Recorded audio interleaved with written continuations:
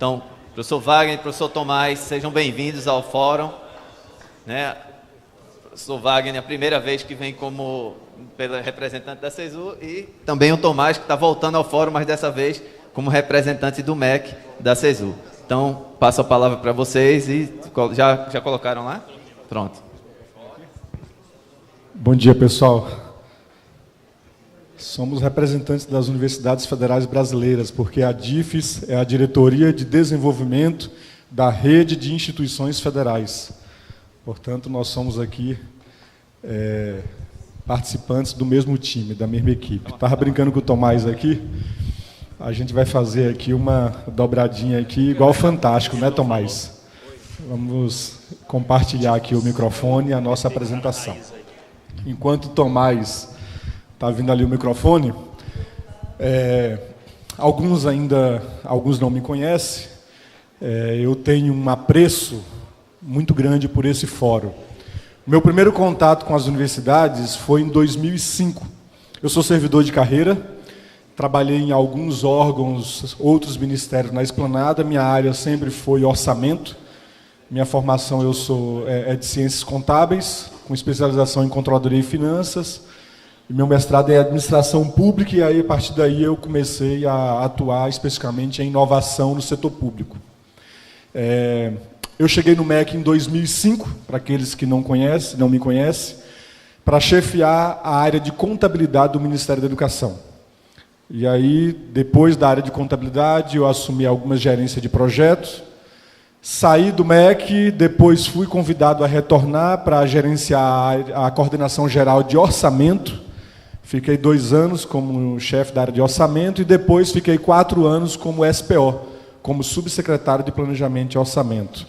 E depois fui secretário executivo adjunto, pedi para sair de novo para fazer o doutorado, e agora o Arnaldo, o atual secretário de Educação Superior, já me conhecia de outras interações em outros tempos na Esplanada, me convidou para retornar agora para a DIFES em função do conhecimento que eu tinha do MEC, das universidades. E meu primeiro contato no Forplad, o primeiro Forplad que eu participei, foi em 2005, lá no Ceará, no Hotel Praia Mar. Quem estava naquele Forplad aqui? Só o Wilson, né? O Wilson, com certeza. Mais um ali.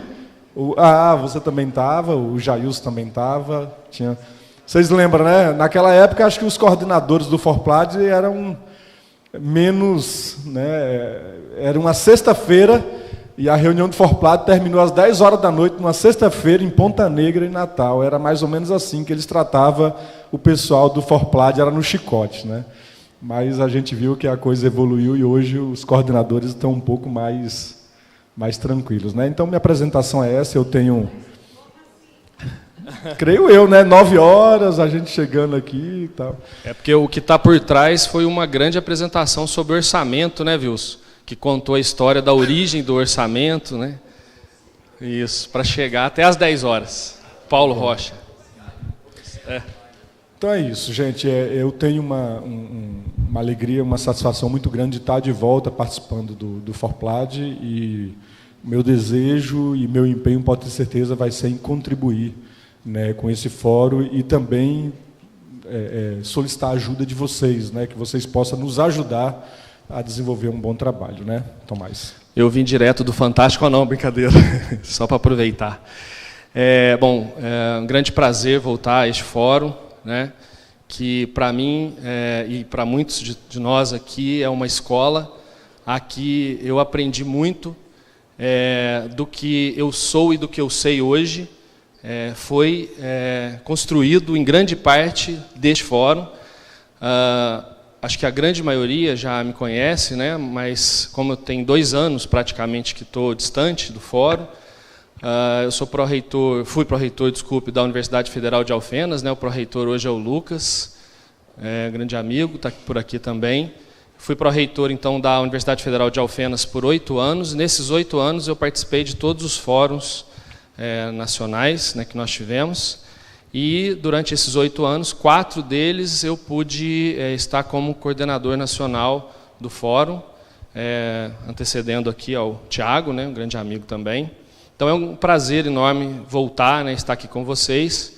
E assim que o Wagner, então, como já contou, recebeu o convite e assumiu esse desafio, nesse momento, né, lá na DIFES, ele me fez o convite, aceitei, confesso que foi uma decisão bastante difícil, por diversos motivos. O principal deles é que eu estava afastado da universidade para cursar o doutorado, né? Então, podemos dizer que eu estava numa situação confortável, né, dentro dos seus limites, né, do doutorado, mas eu resolvi aceitar esse desafio por alguns motivos, né, importantes, mas dois que saltam assim a essa decisão: a vontade e a possibilidade de encontrar caminhos, né, e criar mecanismos que a gente possa buscar aí o desenvolvimento das nossas universidades federais.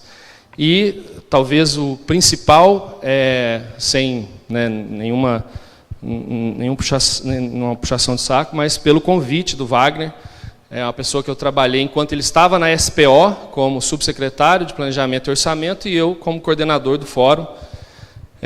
Então, nosso conhecimento é profissional, né, a gente se conheceu naquele momento, e o convite dele, de fato, mexeu comigo, para que eu pudesse, então, buscar esses caminhos juntamente com ele, como ele colocou.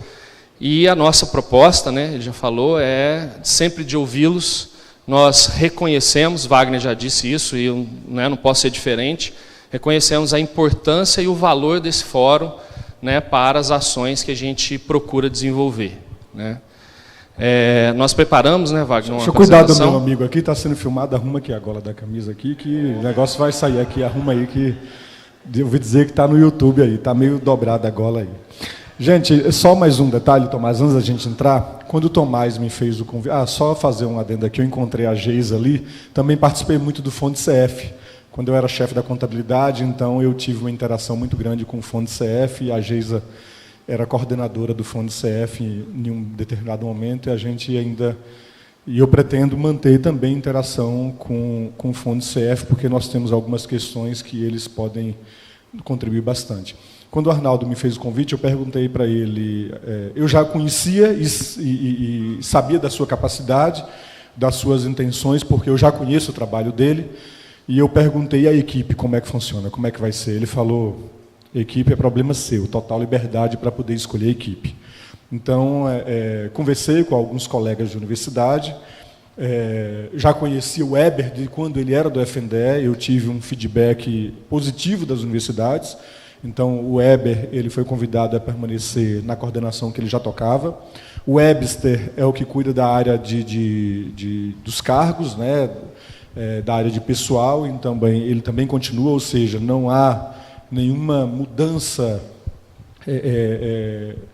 irresponsável com relação à equipe, e o Tomás dispensa a apresentação, que eu já conhecia, e a ideia o Tomás será o substituto na diretoria, o diretor substituto, e vai trabalhar de forma transversal na diretoria, e a gente quer aqui conversar com vocês um pouco, e dar uma sinalização para vocês do que nós pretendemos, qual é o futuro, qual é o norte que nós queremos para a diretoria, sem esquecer, lógico, algumas questões do passado que nós temos que procurar soluções, né, e resolver eventuais pendências, compromissos, etc. Mas o que nós pretendemos, Tiago, aqui no fórum, é apresentar o que é que nós estamos pensando, qual é o rumo. Eu queria também dizer que no dia 3 de maio, quando eu assumi, meu primeiro ato foi ligar para o Tiago, né? Liguei para o Tiago, falei para ele que eu queria muito que nós tivéssemos essa aproximação com o fórum, tive uma receptividade muito boa do Tiago. Depois que eu liguei para o Tiago, eu liguei para o Wilson como o vice, né, do fórum, conversei com o Wilson também.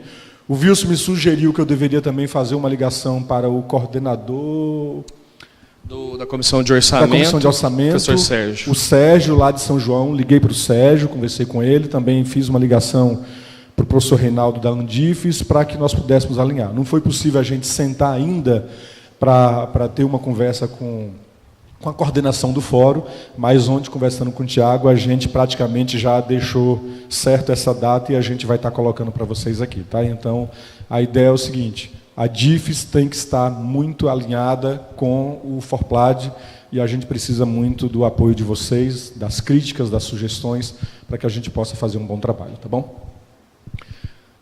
Pode falar. 4 pontos fundamentais. Vou ficar do outro lado aqui, o Tomás ali, a gente vai fazendo uma dobradinha aqui. 4 pontos fundamentais, e a gente, sempre que puder participar, né, do Forplad, a gente vai trazer aqueles pontos que no momento eles saltam mais aos olhos ou que são as maiores necessidades. Obviamente, como o Wagner falou, ele tem 40 dias na DIFES, 40 e poucos dias, e eu tenho 15 dias, praticamente. Então, a gente ainda está no processo, né, de reconhecimento, de identificação das nossas equipes, das nossas ações. Mas aqui são 4 pontos que são chaves, né, para esse desenvolvimento junto ao Forplad, né, que é a questão da matriz OCC, a previsão de alguns editais que são demandas também das universidades e deste fórum, a gente vai comentar sobre isso, a questão dos TEDs, né, dos termos de execução descentralizada, né, como que está a situação e qual é a previsão sobre isso, e finalmente, essa cor não ficou legal, mas o que nós chamamos de fortalecimento IFES. Percebam que aqui está com S minúsculo, né? Vocês não estão vendo, né? Está com S minúsculo, é proposital, os outros slides vão ficar melhor. É proposital porque quando a gente está falando aqui em fortalecimento, a gente está incluindo todas as instituições federais de ensino do país públicas. Digo isso para as universidades e para os institutos. É um projeto que está sendo construído colaborativamente entre CESU e CETEC. Então, o primeiro passo, foco é a nossa matriz OCC ou matriz ANDIFES, né, que foi construída por este fórum, né, e recebeu o nome, né, da Associação dos Reitores. Quais são os próximos passos? Nós estamos em processo final de validação no censo, né, dos dados no censo. Né, foi feito todo aquele processo, acho que todos conhecem, né, de validação. A previsão é que isso finalize agora em junho, no máximo talvez início de julho, mas já é possível nós trabalharmos com os dados, né, com o propósito de fazer as simulações, né, e os testes que sempre foram feitos pela comissão de modelos. A reunião, então, com a comissão de modelos para essa revisão final, como o Wagner já ressaltou, já conversamos com o Tiago para que a gente agende, né, essa reunião sem ser na próxima, na outra semana, que tem reunião da ANDIFES, né, aproveitar que alguns... 27 ou 28? 25 e 26. A proposta seria de 27 a nossa reunião, não é isso? Isso. Okay. E aí a gente faz o convite aos membros da comissão de modelos. Pode ser, então a gente já manda com essa data. 25 e 26 vocês vão estar na reunião da ANDIFES, não é isso? E aí a proposta seria aproveitar essa viagem, no dia 27 nos reunirmos com a DIFES, ok? E aí a gente passa o convite alinhado com vocês. Então a gente manda para o Tiago, como coordenador do fórum, então, um convite para a reunião, então. Pode ser? Então, estamos fechados. A perspectiva é que a gente rode a matriz, né, tal qual ela está, assim, né, da definição do fórum e da definição nossa do MEC também. O que nós não sabemos ainda, não está definido, acho que o Adalto comentou sobre isso na segunda-feira, é a questão do valor, do montante, do orçamento para 2019, mesmo porque a PELOA 2019, ela, em termos quantitativos, ela ainda está em tratativas entre o MEC e o Ministério da Economia. Nesse período nós tivemos outras ações, e aí eu queria comentar, e tem a ver com o orçamento. O projeto de lei de diretriz orçamentária, ele é encaminhado para o Congresso até 30 de abril. Né? Então, eu cheguei lá no dia 3 de maio. Então, o projeto já tinha sido encaminhado.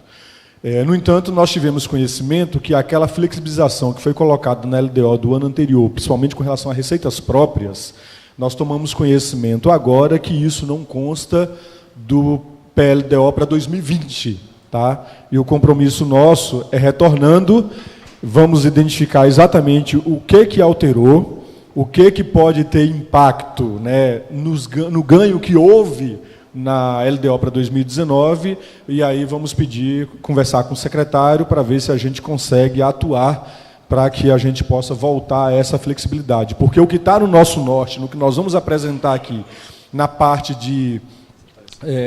do quarto ponto, que é fortalecimento das IFES, isso envolve diversificação de receitas, envolve flexibilização na arrecadação e utilização das receitas próprias. Isso está no radar da CESU, isso é ponto caro à CESU, né, a essa gestão, e a gente vai trabalhar nisso lá. Então, eu só queria me justificar, porque ele foi encaminhado em abril, né, na gestão de outro ministro, de outro secretário, de outro diretor, e agora a gente vai tentar resgatar isso.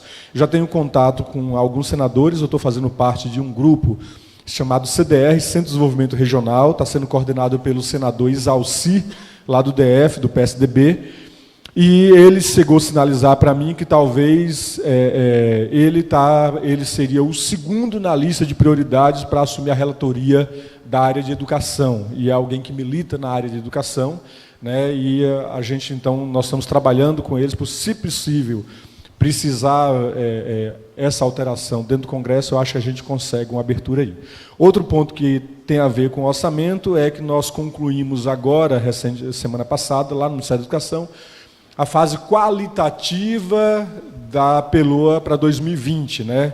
O que consiste a fase qualitativa? É justamente verificar o cadastro de ação, verificar lá as descrições da ação, o que pode ser feito com a ação. Então, em princípio, nós não temos mudanças, né, no cadastro de ação que está posto. Alguns pequenos ajustes que nos foram colocados pelo Ministério da Economia, e ao analisarmos, nós vimos que não trará nenhum tipo de impacto significativo, negativo para as universidades. Então, nós analisamos, né, eu sentei com o Tomás, com o Weber, também com o pessoal da diretoria de saúde lá da CESU, com o pessoal da DIPES, e até a SERES também participou, né, e a gente fez essa análise e já encaminhamos para a SPO, e a SPO deve estar fechando agora para o Ministério do Planejamento, para quando o CIOP for aberto na fase quantitativa, o cadastro de ação está redondinho. Outra coisa que nós concluímos semana passada foi a questão da proposta para o PPA 2020-2023. Especificamente no que compete à CESU, foi a análise do programa de educação superior. O PPA ele vai ter uma mudança significativa em relação ao PPA vigente. Nós estamos voltando mais ou menos ao modelo do PPA, não do anterior, mas do outro PPA, né, de 2 PPAs atrás, que é o quê? Ter um programa para a educação superior, um programa para a educação básica, um programa para a educação profissional e tecnológica. E aí nós, principalmente o Tomás, ele coordenou essas informações para a construção do programa. Uma outra mudança em relação ao PPA vigente é que nós teremos apenas indicador, não. É uma única meta e um único indicador. Uma única meta e um único indicador. Então, nós pegamos a principal meta do PNE, né, que é taxa bruta de matrícula. Taxa bruta de matrícula, e foi colocado lá. Então, o Tomás fechou isso e nós entregamos isso, foi quinta-feira, né? Isso. Quinta-feira nós entregamos. Então, tudo isso é base para a gente chegar na fase de orçamento, na fase quantitativa do orçamento. Então, esses últimas 2 semanas a gente trabalhou exaustivamente nisso para que pudesse dar condição agora a gente passar. Nós não poderíamos passar para essa fase aqui sem terminar essa primeira fase de fase qualitativa e do PPA, que nós tínhamos prazo para cumprir. Portanto, entregue essa atividade, né, nós agora vamos passar para a seguinte, e essa agora sim, nós precisamos ter vocês conosco para a gente construir isso aí, tá bom? Pode seguir. Fazer um ajuste aqui, que é 2020, né? O Wagner lembrou bem. Ali eu estou falando, então, da fase qualitativa da PELOA 2020, um erro ali. E ressaltando que esta fase ela deve fechar no final de julho. Já teve anos que ela se arrastou um pouco ao mês de agosto, mas há uma expectativa que a gente consiga consolidar no final de julho. Por isso, então, a importância da gente ter essa reunião de alinhamento agora no final de junho e, se necessário, outras reuniões no início de julho. Lembrando que quem conduz tudo isso é a SPO, não somos nós. Mas nós, como atores nesse processo, a gente tem trabalhado em conjuntamente com a SPO para entregar aquilo que nos é cobrado. Como segundo ponto, nós temos, então, uma previsão de uma demanda que existia já há um tempo aqui no Fórum e nas nossas instituições. E essa demanda sempre foi muito discutida, tanto aqui no Forplad quanto na Andifes, né, principalmente colocada, cadê o Gambini, colocada pela UFRJ, né, e outras universidades que têm prédios históricos, né, e uma demanda grande por reformas, por, né, adaptações nesses prédios. Então, a perspectiva, né, que foi construída é que a gente consiga lançar um edital, ou mais de um edital, conforme necessário, no segundo semestre, para restauração de prédios históricos e para reformas e adequações com foco principalmente no combate a incêndio e acessibilidade, que são demandas, então, que permeiam aí todas as nossas instituições. Eu não sei porque que esse amarelo entrou, ele atrapalhou bem, porque vocês não estão vendo. Esse daqui talvez tenha sido proposital. Não foi não, é brincadeira. É que aqui está falando exatamente o seguinte, que os editais dependem da disponibilidade orçamentária. O Wagner pode falar, o Wagner vai falar um pouco mais, tá. Mas nós estamos priorizando os limites, obviamente, das instituições e não temos ainda limite para a execução na CESU. Tá. Quando eu cheguei lá na DIFES, a questão do contingenciamento já estava posto, já tinha sido colocado. Eu cheguei posterior ao contingenciamento. Tá? E aí o Arnaldo ele me convidou para... ainda estamos fechando, para atuar como substituto dele na secretaria. Então, o que eu fiz? Eu fui tomar pé do orçamento da secretaria como um todo, né?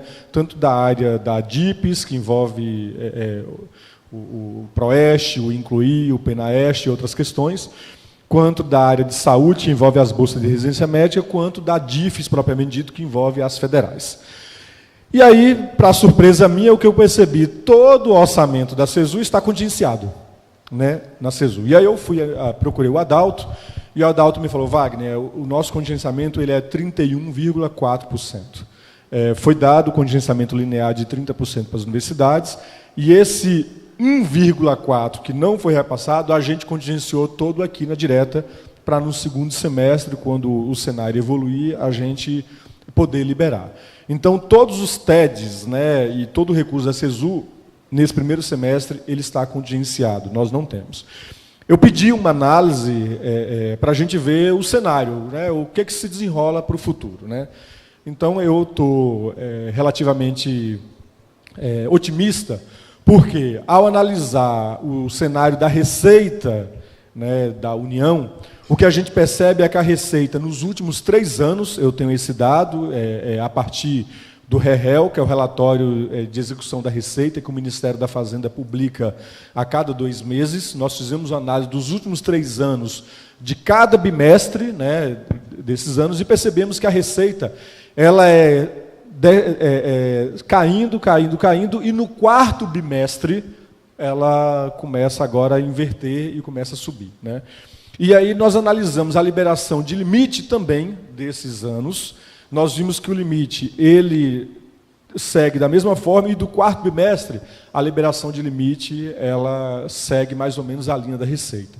Então a minha expectativa é que agora no segundo semestre a gente comece a ter essa receita tendo uma evolução. Isso nós já começamos a verificar. Outra coisa que nós analisamos é a questão a imprensa divulga o PIB do Brasil caindo. Nós tivemos duas questões que afetaram diretamente o nosso PIB agora na última avaliação. Uma foi o desempenho da Petrobras e a outra foi a crise da Argentina.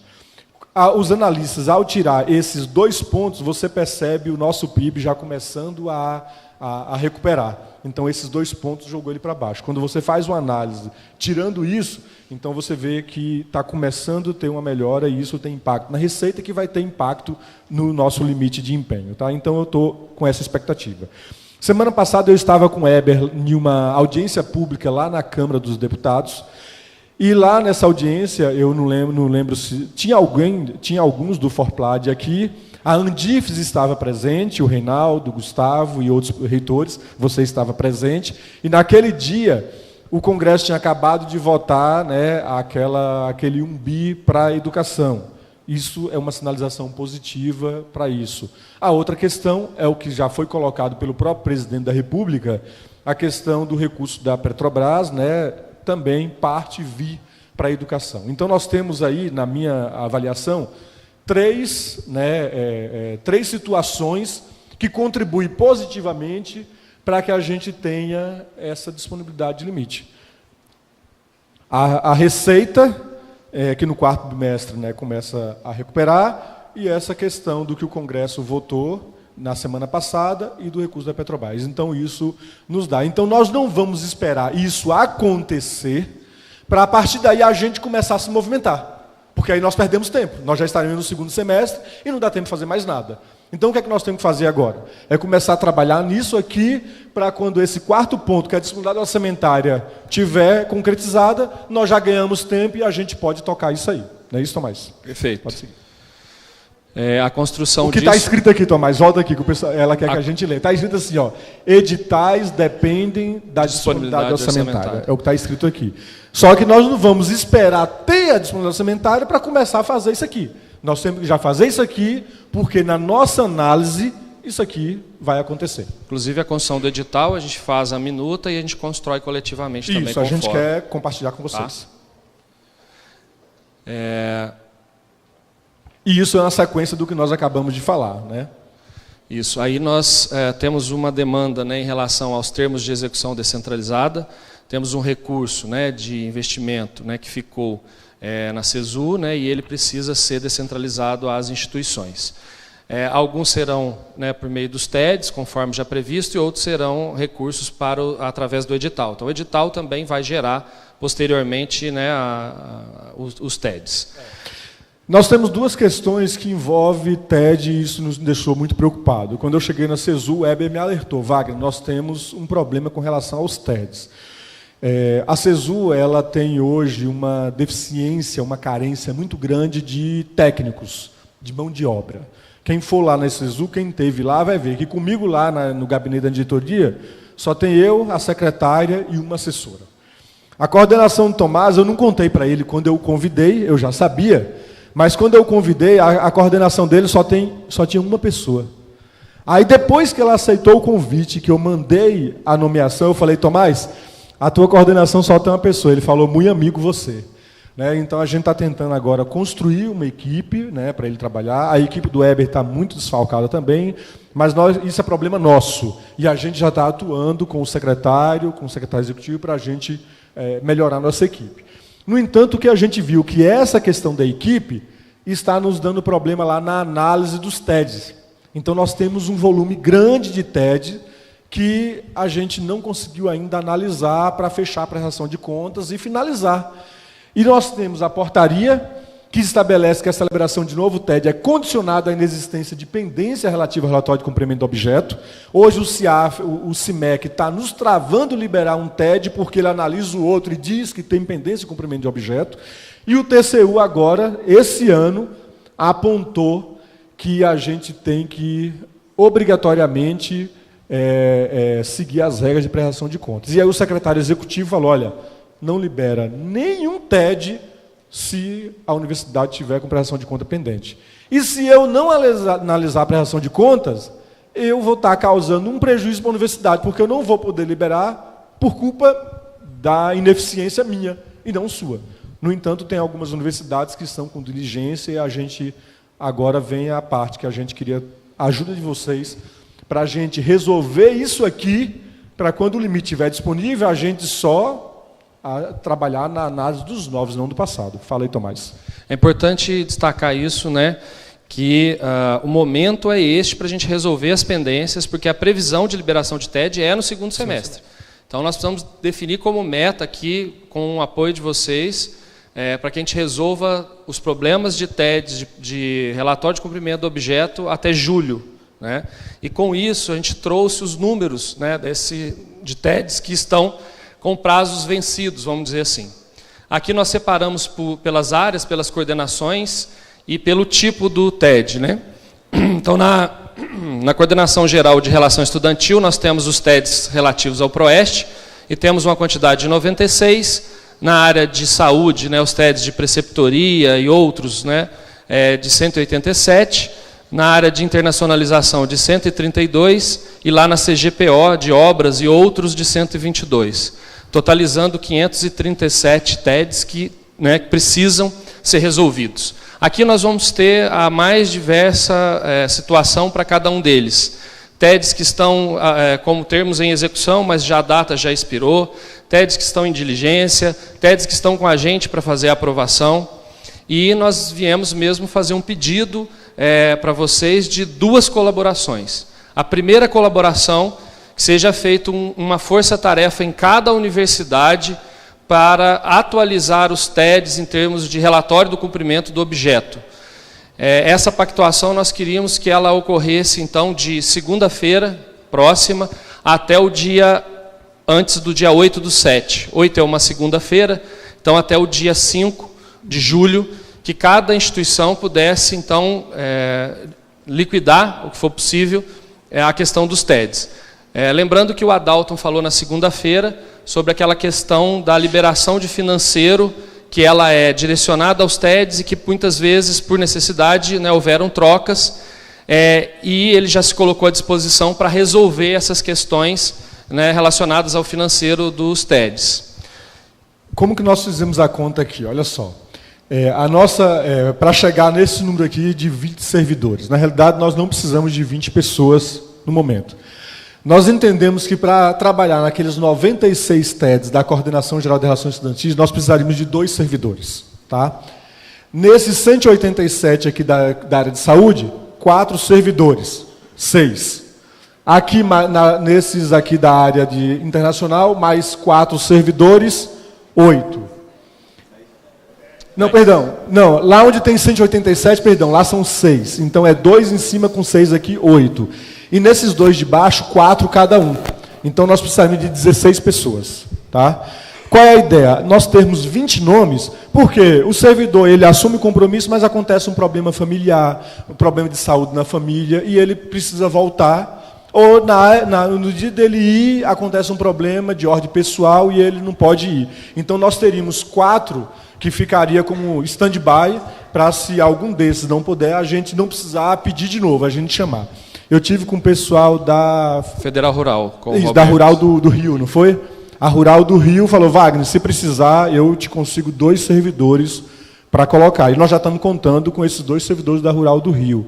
Então eu queria pedir a ajuda de vocês isso. A gente precisaria ali para a área internacional, se pudesse ter pelo menos dos 2, um servidor da DRI, da área internacional, que conhece o objeto, e um servidor que conhece a prestação de contas. Esses aqui da área de orçamento, pode ser servidores da área contábil, do CF, da área financeira. Então, assim, não precisa ter um perfil único, alguém que tenha condição de analisar o objeto estabelecido e o relatório de cumprimento do objeto e fazer essa análise. Então, a gente queria muito sair daqui, hoje, com esses... com essas indicações, e aí sim, nós vamos fazer um ofício lá da DIVES, ou para o reitor, ou para o pró-reitor, como vocês queiram, pedindo a liberação desse servidor por uma semana, e aí nós vamos pagar a diária, a passagem lá por Brasília, e eles ficariam lá. Lá nós já preparamos o ambiente para eles, computador, mesa, água e café, não tem...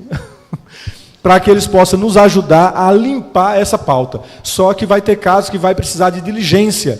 E aí precisa que a equipe de vocês retorne a diligência para a gente zerar isso e, quando o limite for liberado, a gente poder liberar os TEDs. Eu conversei, só um pouquinho, quando o Adalto estava aqui, nós ligamos para ele já mencionar, que é o que o Tomás falou. Eu presenciei um caso que a universidade ela precisava pagar o TED e a SPO não tinha mandado financeiro. Ela pegou o financeiro dela e pagou. Aí o TED não tinha mais a demanda por financeiro. No entanto, na prestação de contas, a conta estava ainda em aberto. Então a SPO precisou fazer o quê? Mandar financeiro na conta do TED, a universidade da área de contabilidade fez a reclassificação e devolveu o financeiro. Então a SPO já está alinhada conosco para esses casos lá a gente já fazer esse ajuste e regularizar as contas. Pode falar, Thiago. Não, aí nesse caso seriam 4 servidores por regional, para a gente ter uma indicação. Boa. Então, olha aí, 4 por regional, e são 5 regionais, a gente fecha os 20, e a ideia seria essas pessoas estarem em Brasília do dia 8 ao dia 12. Então, a ideia é convocá-los para eles se deslocarem no domingo, no dia 7, ficar full time os 5 dias, de segunda a sexta, e retornarem para suas casas no sábado. E, eventualmente, se precisar prorrogar mais uma semana, a gente já ter isso, se for necessário, para a gente limpar e fazer essa força-tarefa. E aí, por isso, a gente precisaria muito. Isso já foi feito no passado, né? Vocês já deram essa contribuição no passado, não sei há quantos anos atrás, mas já foi feito. A gente só está repetindo o que já foi feito e a gente precisa dessa ajuda porque nós não temos lá mão de obra para fazer. No final, nós vamos deixar os contatos de e-mail. Eu queria pedir, então, hoje, aqueles que puderem já sinalizar que podem contribuir com os servidores, né? E o quantitativo. Igual a Federal Rural do Rio, podem 2 servidores, né? Eventualmente, uma universidade pode 1 servidor. Faz essas indicações já da universidade e o quantitativo, para que, no máximo, segunda-feira, a gente possa encaminhar o ofício, né, requisitando essa força-tarefa e reforçando, então, o período lá de 8 a 12. Por isso, eu frisei que são 2 momentos a nossa força-tarefa. O interno de vocês para liquidar as pendências até esse dia 5 e a equipe, então, full-time lá de 8 a 12, reforçando que a SPO também estará com a gente, como o Wagner disse, para resolver essas questões relacionadas ao financeiro. Porque se nós não aproveitarmos esse período que está tudo parado com relação à TED, na hora que a coisa puder acontecer, está no final do ano, a gente está preso nisso, acaba o ano e podemos morrer na praia, né? Então a ideia é a gente aproveitar isso a nosso favor. Bom, aqui o quarto ponto, eu diria que o ponto mais importante para a nossa participação aqui neste fórum, lógico, os outros são a título mais informativos, né, e de mais operacional, mais operacional, e esse sim é aquilo que a gente vem buscando e batalhando e gostaríamos muito do apoio desse fórum na construção desse projeto, vamos chamar assim, né? Ele já tem participação efetiva do nosso secretário, né, do Arnaldo. Ele está na coordenação disso. Ele está na coordenação do processo como um todo. E a gente consegue, né, dentro daquelas demandas, Tiago, que sempre foram demandas fortes do nosso fórum, a gente consegue colocar isso também, pautando de forma a conseguir resolver alguns entraves, né? O foco, então, do projeto, ele está no fortalecimento, né, das IFES, lembrando que eu mencionei que é um projeto conjunto com a CETEC, né, CESU e CETEC, para os institutos federais. Então, a gente trabalha com foco no fortalecimento da autonomia financeira das universidades e dos institutos federais. E esse foco, ele trabalha em 2 linhas mais fortes daquilo que nós sempre tivemos entraves, né, ao longo dos anos anteriores. O primeiro deles é na pesquisa e inovação, onde nós temos o marco legal da ciência e tecnologia, e o próprio regulamento dele, que já foi, né, batalhado, inclusive discutido no fórum, e nós temos que efetivar isso, né, fazer com que isso de fato ocorra e que nós temos uma interpretação conjunta, vamos dizer assim, das nossas procuradorias, porque a gente sabe que tem dificuldades, né, na hora de implementar e na hora de efetivar. A questão dos recursos próprios, né, nós sabemos o nosso potencial de ampliação de arrecadação e recursos próprios, mas nós estamos amarrados, né? Principalmente em função do teto, né, do gasto, o que sempre, a partir de lá, nos desestimulou a buscar novos recursos, né? Então, aqui nós queremos tirar todas as amarras que existem relacionadas às receitas próprias, para que, de fato, nós possamos criar um mecanismo que fomente a ampliação de captação de recursos próprios, que, de novo, nós temos um potencial fantástico, né? Nós tivemos ontem com o Marcel, lá da Federal de Itajubá, acho que a Priscila está aqui, né, Priscila? O Marcel esteve ontem apresentando o projeto lá de Itabira, né, da parceria público-privada com a Vale, a Prefeitura de Itabira e a universidade, que tem uma potencialidade enorme de arrecadação, né, para a universidade e de investimento, né, da Vale em equipamentos, enfim. E aí isso é um exemplo, né, que nós temos em outras universidades. E um dos caminhos trilhados é que a gente possa fazer isso através das organizações sociais, né? Então, permitir essa contratualização com a organização social. Um exemplo aqui é a Embrapi, né? E da Embrapi, o melhor exemplo, Camilo está aqui, é a Universidade Federal de Campina Grande, que tem uma parceria. Ontem teve uma apresentação, foi ontem? Uma apresentação que está relacionada a esse processo, né, e a busca de fortalecer e criar esse caminho pelas organizações sociais. Quando eu cheguei lá na DIFES, minha primeira agenda fora foi na Embrapi. Eu procurei o Jorge Guimarães, presidente da Embrapi, e o Luiz Gordon, que é o diretor da Embrapi, e nós tivemos uma conversa e eu falei para ele, olha, eu preciso trazer a Embrapi para junto da CESU e das universidades. E aí me apropriei dos números, e vejam, a Embrapi, nos últimos 3 anos, ela movimentou 1,2 bilhões em projetos. Desses 1,2 bilhões em projetos, mais da metade foi recurso privado, alocado diretamente nos projetos. Tá? E aí eu pedi, eu quero agora um número só das universidades. E ele me falou, Wagner, das 63 universidades, apenas 6 têm acordo com a Embrapi. Apenas 6 das 63. Qual é? Campina Grande, que está no topo, lá na Embrapi, queria parabenizar o reitor, toda a equipe. E é um modelo que nós precisamos conhecer, né? Nós já agendamos, o reitor vai estar lá em Brasília e nós já agendamos para conversar. Nós precisamos ver esse modelo que a Embrapi tem colocado e achamos bastante interessante, porque a Embrapi elogiou muito Campina Grande, que está no topo da lista. Então nós temos hoje com a Embrapi Campina Grande, temos a Federal de Santa Catarina, Federal de Uberlândia, Federal de Minas Gerais, Federal do Rio Grande do Sul, e Rio de Janeiro, lá, né, o COP, lá no Rio de Janeiro. Então, somente essas 6 que têm projeto com o Embrapi. Essas 6 universidades obtiveram aporte do setor privado na ordem de 171 milhões de reais, equivalente a 52% do valor do projeto. Foram mais de 320 milhões alocados em projeto nessas universidades, dos quais 52%, 171 milhões, foi recurso direto de empresa, do setor privado. Conversando com a Embrapi falou, Wagner, eu estou aqui com 60 milhões na minha porta, o setor privado batendo dizendo, eu tenho 60 milhões para alocar. Só que pela regra da Embrapi, a Embrapi entra com 1/3, no máximo 1/3, as universidades entram com no máximo 1/3, só que esse 1/3 das universidades é a sua capacidade instalada, e isso é computado, não é isso? Os seus laboratórios, os seus pesquisadores. E o setor privado, ele entra com, no mínimo, 1/3. Só que o setor privado tem colocado 52% em cima desses projetos. Então, a Embrapi já esteve lá, fez uma apresentação para o ministro, fez outra para o Arnaldo, a gente está construindo a forma. Então, por isso que a gente colocou aqui a questão da OS, porque eles têm um modelo de entrada do recurso privado fora do orçamento, direto no projeto, e eles não se submetem a 866 para executar esse recurso. É um projeto, um sistema, um modelo próprio, né, uma normatização própria. Outro modelo bem sucedido com relação a OS está a RNP.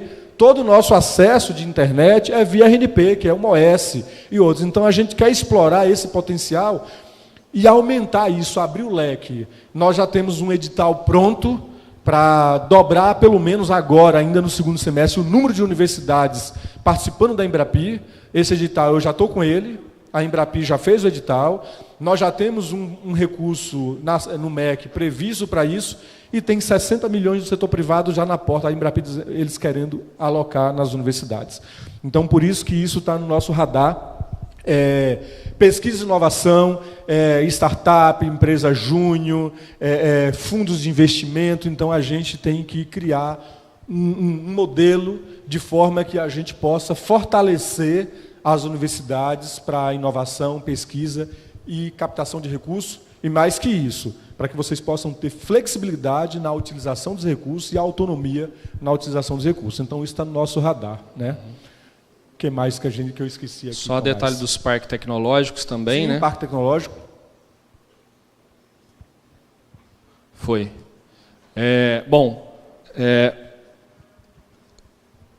Aqui foi uma pegadinha, vamos ter que mudar a cor. Não acredito. Aqui foi outra pegadinha, que o slide fez comigo, né? Ele não está aparecendo, né? Pede para ele mudar a cor ali, ó. Muda essa cor. Muda a cor aí. Esse eu vou ter que mudar, porque senão esse vai ficar muito ruim. Pode sair aqui. Muda aí. Volta lá no slide. Pode botar ela em azul. Tá zero? Não. O Tomás colocou. Esse eu não vou deixar, não. Esse eu vou mudar aqui, muda aí. Ao vivo e em cores. Pode selecionar todo ele. Isso. Agora só bota um azul. Com relação a esse projeto de fortalecimento das IFES, nós, nesses últimos 30 dias, nós temos tido reuniões 2 vezes por semana. Nós estamos analisando toda a legislação que envolve, principalmente a legislação de inovação e outras amarras, e a gente está terminando para submeter para vocês, para que vocês possam criticar, dar sugestões, contribuir, nos ajudar a fechar o modelo. Tá? Então... Bom, um detalhe extremamente importante nesse projeto é que o orçamento das IFES ele está garantido, nosso orçamento atual. Nós não estamos falando dele, né? Obviamente, nós sabemos das dificuldades do crescimento do orçamento público federal e também das IFES em função do momento em que vivemos. Mas esse projeto, essa ideia do fortalecimento, ela não altera a questão do nosso orçamento, inclusive da forma de distribuição, que é a matriz OCC. Podemos trabalhar ela, que é uma coisa que viemos trabalhando no fórum ao longo dos anos, na possibilidade, né, de evoluir. Mas o foco é que se fortaleça a matriz também nessa distribuição do recurso que é o nosso orçamento de funcionamento. E a ideia, então, é que o orçamento para o fortalecimento ele venha, então, a somar ao nosso orçamento existente, né? E essa soma, né, e essa ampliação do orçamento ele ocorre exatamente com esse projeto, né, que a gente está concebendo e que queremos colher aqui sugestões, né, e enfim, no momento oportuno, ele será apresentado à Andifes, né? A perspectiva é que as universidades possam aderir de forma voluntária, né? Então, cada universidade que tiver interesse em entrar no projeto, né, e criar mecanismos para ampliação da receita, melhoria da pesquisa e desenvolvimento, enfim, tudo isso que a gente disse vai ser, né, por decisão da instituição, né? E nós esperamos, de acordo com sua vocação, com sua especificidade, com sua localização, com seu cada um dentro das suas possibilidades. Nós esperamos com isso fortalecer, né, o processo de gestão, governança e empreendedorismo de nossas instituições, a pesquisa e inovação, com foco também na internacionalização, né, que sabemos que é ponto fundamental para que a gente possa fortalecer de fato as nossas instituições. Então, eu vou chamar aqui desse tripé. Por que esse tripé foi escolhido, né? Primeiro, vocês têm visto os órgãos de controle e o governo como um todo, e a tendência do setor público era fortalecer a questão de governança, né? Nós vimos recentemente a aprovação da lei de governança das estatais, então os órgãos de controle TCU têm cobrado questão de governança, e agora é gestão de risco. Isso está no foco. Então, a questão de gestão e governança envolve atender, o TCU tem lá o IGG, aquele índice que analisa toda a questão de governança e risco. Tem 2 universidades que estão na ponta no índice do TCU, Federal de Lavras e Federal do Mato Grosso do Sul. Essas 2 elas estão lá no top do TCU como uma questão de governança. Queremos conversar com essas universidades para ver o que eles têm feito para que a gente possa aproveitar as boas práticas e trabalhar de forma conjunta em rede. Como eu disse, o nome da diretoria é Diretoria de Desenvolvimento da Rede de Instituições. Nós somos uma rede. Então, nós temos que aproveitar as boas ideias, as boas práticas de cada universidade e a gente tentar dar escalabilidade para essas boas práticas, né? Pesquisa e inovação, já falamos aqui. E a questão da internacionalização. Nós temos que ter um projeto forte, institucional, relacionado à internacionalização das nossas universidades. Bom, e nós trouxemos alguns exemplos que ou estão associados à questão de amarras que hoje impedem, de certa forma, a nossa evolução nisso, e nós vamos trabalhar com foco total para que essas amarras sejam retiradas. E alguns exemplos que nós temos usado no MEC, lá na CESU, para o processo de convencimento de que nós temos grande potencialidade com inovação para a redução de gastos e com inovação para a captação de recursos, né? Então, o primeiro exemplo é da cessão de uso de espaços.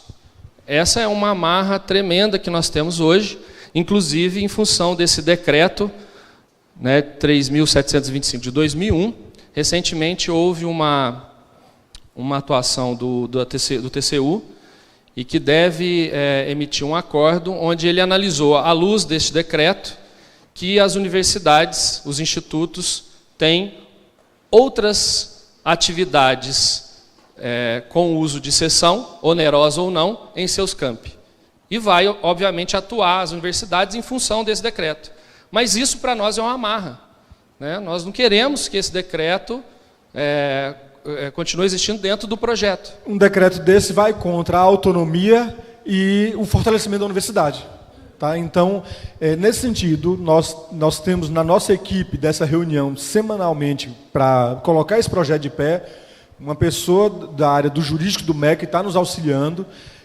Nós estamos procurando toda a legislação que tem amarra, que nós precisamos apresentar uma proposta de alteração de decretos, alteração de leis, alteração de portaria, para poder a gente tirar essas amarras, para que vocês possam, que nós possamos colocar em pé esse projeto de fortalecimento das IFES. Né? Como o Tomás colocou, esse é um decreto que está no nosso radar e que ele precisa ser alterado justamente para que a gente possa colocar o projeto em pé, entre outras inúmeras. Então, eu queria até pedir ajuda.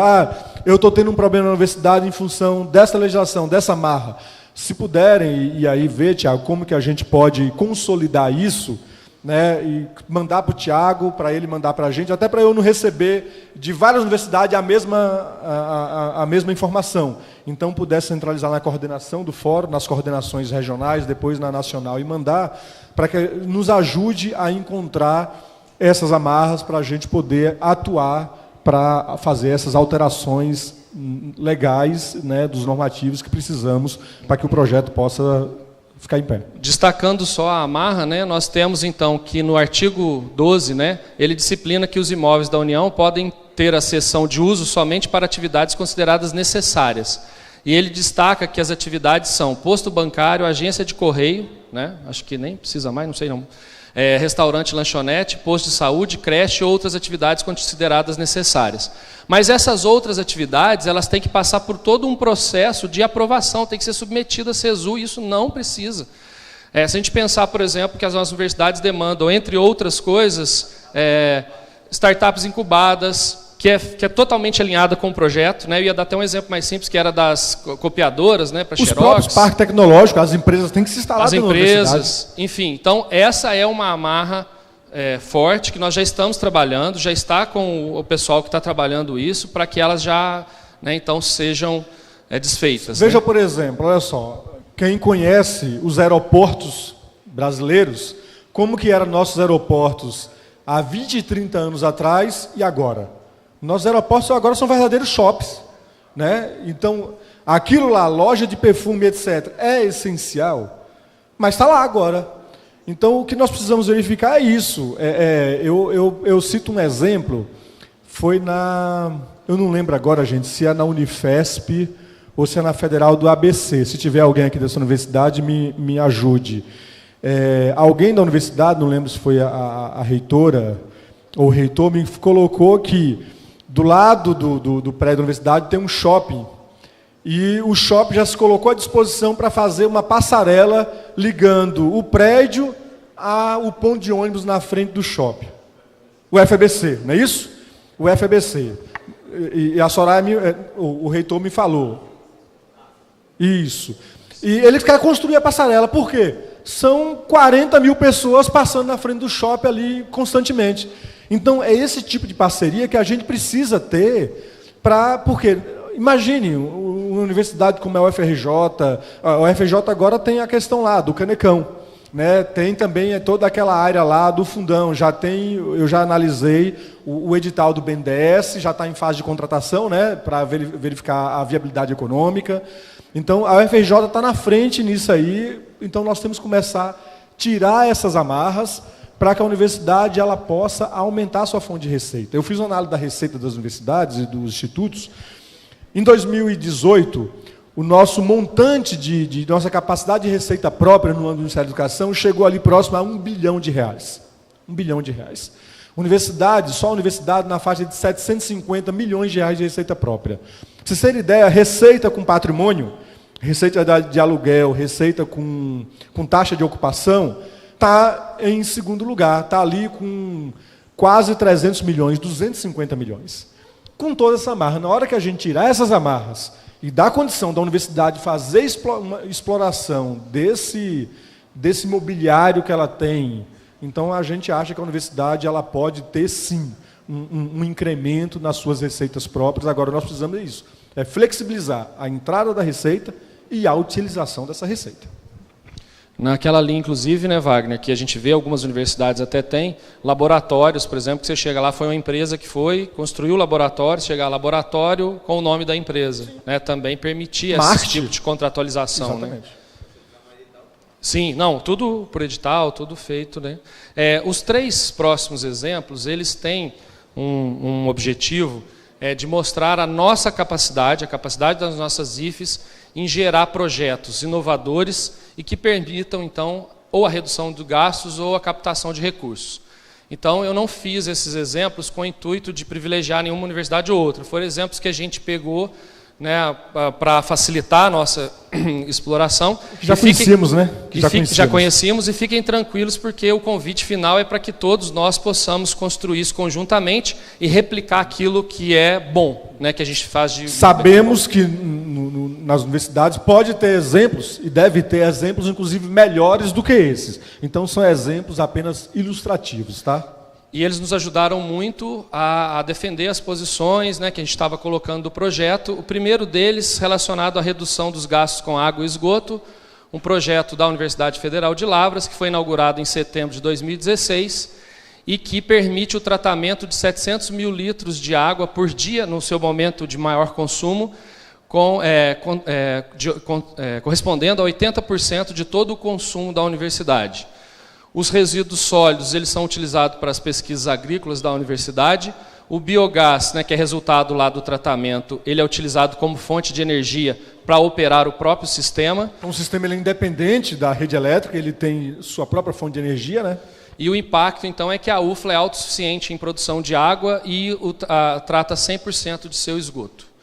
É uma economia estimada anual projetada de 5 milhões. A UFLA está fora do sistema Copasa. Ela nem paga a conta de água, nem paga a conta de esgoto. Ela tem nascentes, então ela trata a sua própria água. E aí, isso aqui também é campo de prática. Então, os alunos têm campo de prática. É uma usina totalmente fechada, não tem cheiro algum. Eu conheci o projeto, estive lá.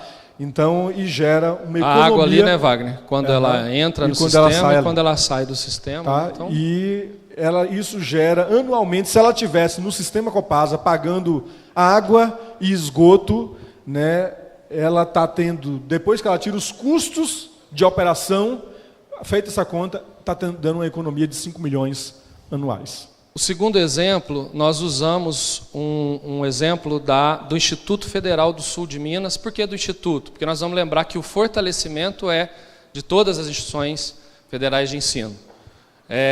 Esse exemplo também ele foi construído porque o Instituto Federal do Sul de Minas é pioneiro num projeto da CETEC, que nós também queremos trazer para a CESU, denominado Energif. Por meio desse projeto, eles expandiram de forma muito ampla a questão da energia fotovoltaica.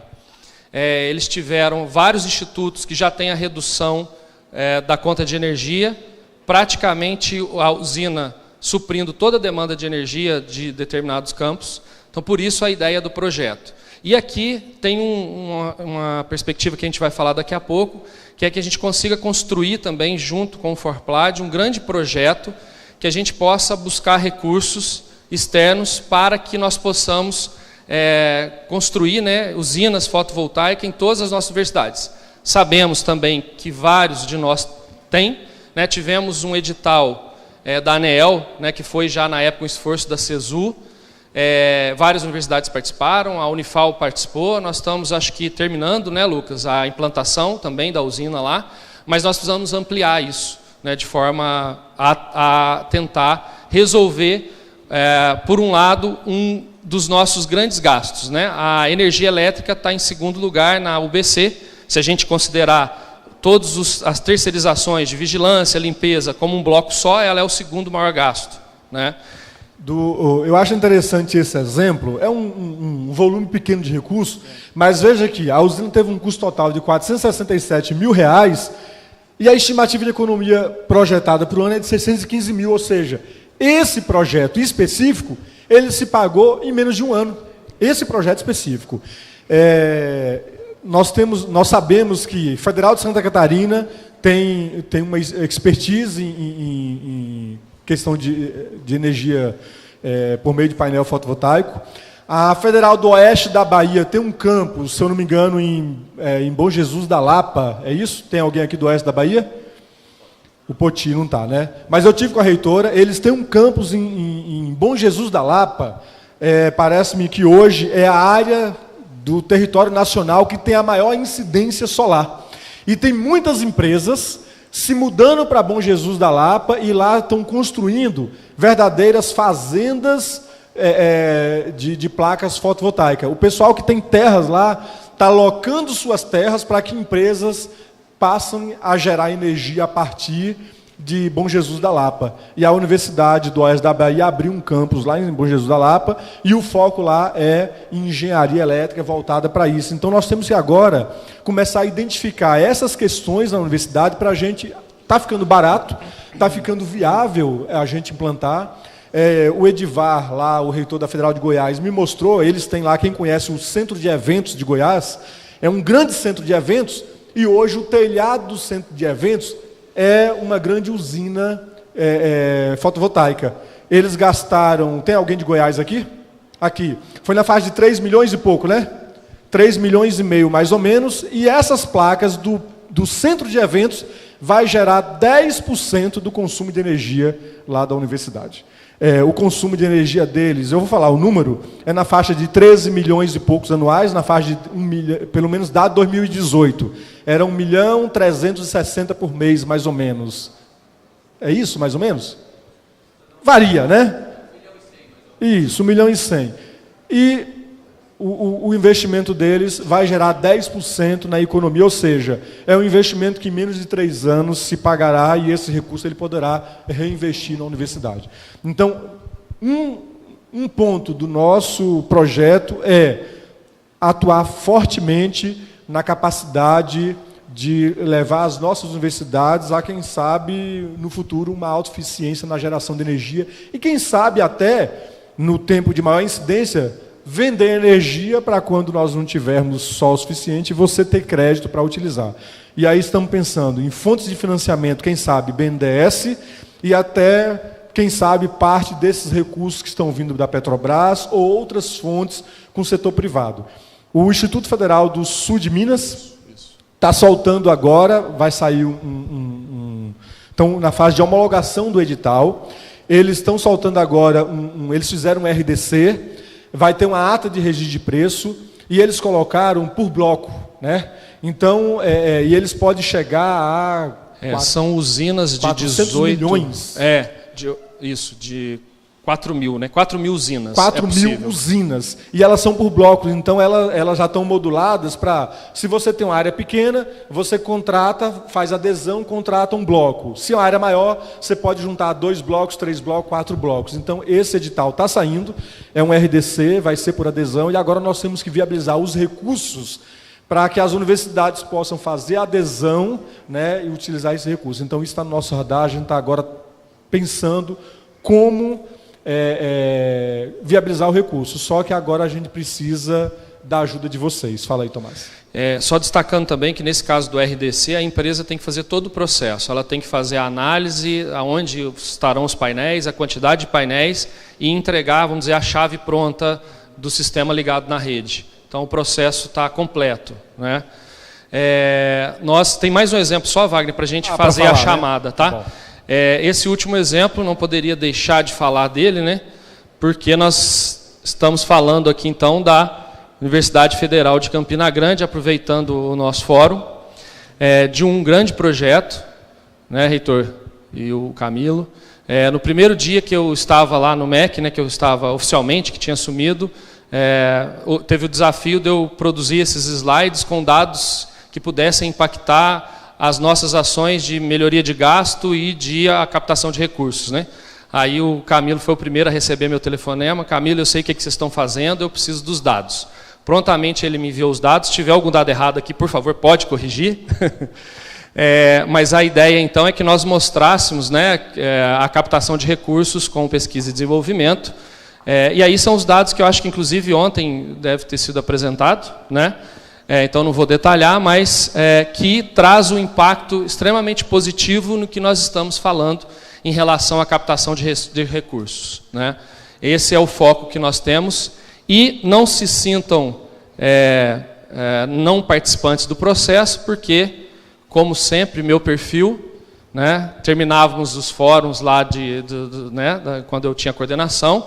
E aí, gente, vamos participar? Eu acho que aqui nós podemos construir juntos todo um processo que nós conseguimos mudar a situação de captação de recursos e de gastos que nós temos com as experiências das nossas instituições e com o apoio, né, do Ministério da Educação em ações globais, né? Então, eu já queria aqui, Wagner, só para fechar, de pronto, eu queria pedir indicação de especialistas das universidades, principalmente nesse momento na energia fotovoltaica, 2 ou 3 nomes para que a gente pudesse construir esse grande projeto. Nós precisamos analisar o que nós temos, já tinha falado com o Tiago, né, Tiago? O que nós temos implantado, o que isso já gera de economia, qual a potencialidade de implantação, qual economia nós podemos gerar e em quanto tempo, né? Lógico, dentro de um projeto, qual o payback para o investimento, né, de um BNDES, que nós precisamos levar isso, um projeto bastante robusto. Então, eu sei que temos muitos especialistas, assim como o Instituto Federal do Sul de Minas tem, mas na rede aqui das universidades e do Forplad nós temos. Então, eu queria também essas indicações. Um perfil do nosso secretário, ao analisar as receitas próprias, o Tomás me ajudou a construir o número, mostrar para ele, puxar os dados. Ele falou, olha, as universidades têm potencial. A gente precisa criar as condições e tirar as amarras para que essa receita própria de 700 milhões, 1 bi, se transforme em 5 bi, né? Para que esses projetos eles possam tirar esse peso do seu custeio, para que você possa, já que nós temos dificuldades de manter o orçamento das universidades crescendo, até porque nós temos uma folha de ativos e inativos, que elas têm crescido, a nossa receita não tem acompanhado, e você começa a ver um distanciamento entre investimento e custeio de dotação de pessoal, a gente tem que criar condições para que vocês possam continuar investindo, abrindo vagas, melhorando qualidade. Então, a ideia é a gente ter um projeto com a participação de vocês, né? Quem me conhece desde a época da SPO, esse é meu perfil, de inovar. Eu não tenho síndrome de Gabriela, né? As pessoas, vocês sabem o que é síndrome de Gabriela, né? Eu nasci assim, eu sou assim, eu sei assim, não. A coisa é assim hoje, mas nós temos que... também não sou adepto da mudança pela mudança, também não. Então nós temos que mudar aquilo que não está bom. Aquilo que está bom, nós temos que continuar melhorando, investindo. Mas aquilo que não está, nós temos que criar mecanismo. Nós somos técnicos, né? Eu e Tomás somos técnicos, não somos políticos, nem temos indicação política. Só que nós temos que fazer o nosso papel. Estamos lá para fazer a diferença. Mas nós dois sozinhos, nós não temos essa capacidade de dar o retorno que se espera. Por isso que a gente precisa de trabalhar de forma em rede e coletiva. Nós sabemos que vocês têm muito mais capacidade de botar um projeto desse em pé do que a gente lá sentado atrás de uma mesa, lá na CESU, sem conhecer a realidade de vocês. A ideia do Tomás vir para lá é pelo perfil dele e pelo fato de ter sido pró-reitor de Planejamento e Administração por 2 mandatos de reitores, por ter coordenado esse fórum por 2 vezes e conhecer as especificidades. Então, por isso eu chamei lá, e por ser um amigo, alguém que eu confio, e sabe das necessidades da rede, né? Ele sabe das necessidades da rede, nem todas, talvez, mas vocês sabem. Vocês sabem das necessidades de vocês. E o papel nosso lá é só ajudar a criar as condições para que vocês possam fazer o trabalho de vocês. Ensino, pesquisa e extensão. Embora vocês são da área meio, mas se a área meio não criar as condições, os pesquisadores, os docentes, né, o pessoal da extensão também não consegue fazer o seu trabalho. Teremos dificuldades, sim. Sei que vocês têm um monte de problemas e dúvidas que querem que a gente dê a solução. Não teremos a solução para todos, mas tenham certeza, boa vontade e compromisso, tenham certeza que isso vocês vão encontrar na gente, naquilo que estiver na nossa alçada e no nosso poder de decisão. E aquilo que não tiver, nós vamos atuar para convencer os nossos superiores a trabalhar, como assim fizemos agora recentemente, com essa liberação, ainda que muito modesta, aquém da necessidade da liberação de limite de empenho, mas havia uma expectativa que a liberação fosse feita de forma pontual, analisando cada conta, cada caso. Nos reunimos com o Adalto, expliquei para ele que ele tinha que conseguir, nesse momento, para a gente até distensionar um pouco, né, a rede e o MEC, alguma liberação. Conversei com o Arnaldo, que é o nosso secretário. O Arnaldo conversou com o secretário Vogo, conversou com o ministro e foi feito uma liberação. Sabemos que é modesta, mas nós vamos continuar trabalhando para que, ao chegar no final do ano, no Forplad, lá em Joinville, lá em Joinville, o Tiago já fez aqui, vou conversar com o secretário, vamos conversar com ele para que ele vá no último fórum do ano em Joinville, e que a gente olhe para trás, para essa reunião, e a gente consiga ver um grande avanço em menos de 6 meses, a gente possa ver. Pode contar conosco. Falta um ali, né? Não? Fechamos?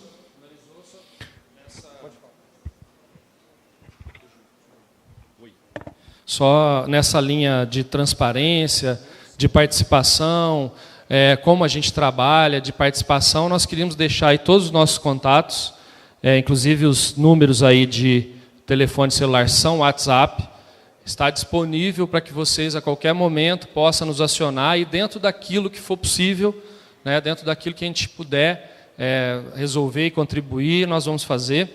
A gente tem discutido muito, né, Wagner, de inverter o processo nosso de passividade para um processo de proatividade, no sentido de resolver os problemas antes que eles aconteçam.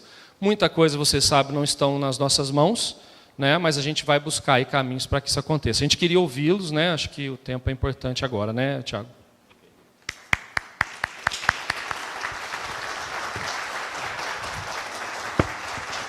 Convido a participarem da mesa.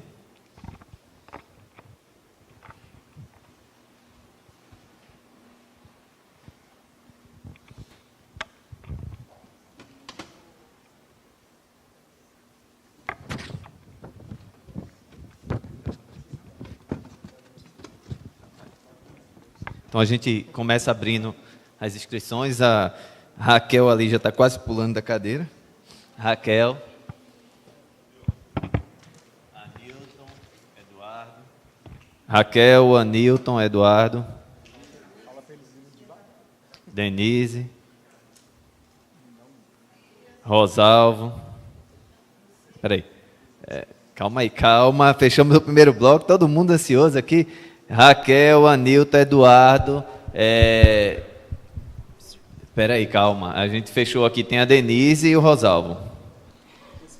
E a gente fecha o primeiro bloco, tá? Pessoal, a gente só vai ter 2 blocos, porque a gente tem um horário extremamente apertado. Rosalvo. Foi sim. Ok? Raquel, por favor.